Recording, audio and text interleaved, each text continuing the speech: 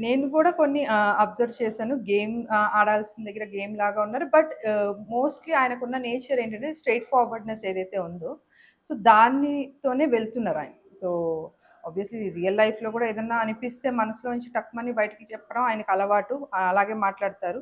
And ఇక్కడ కూడా obviously హౌస్‌లో గూడా ఆ స్ట్రెయిట్ ఫార్వర్డ్‌నెస్ అదే కంటిన్యూ చేస్తున్నారు యాక్చువల్‌గా. ఓకే. బట్ మిస్ అయ్యేది ఏంటిదంటే ఆయనలో ఉన్న హ్యూమర్.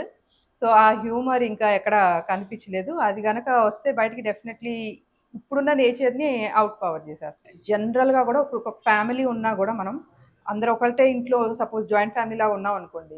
ఏదైనా మనస్పర్ధలొచ్చినా గూడా మనం ఏం చేస్తాం పెద్దలలాగా కూర్చొని మాట్లాడేసుకొని ఓకే. ఓకే. ఇలా నువ్వు ఇది, నువ్వు అది అని అట్లా సరే ఇట్లా చేయొద్దు మనం ఇట్లా చేసుకుందాం అని చెప్పి ఒక కంక్లూజన్‌కొచ్చేసి దాన్ని సార్ట్ చేసుకుంటాం.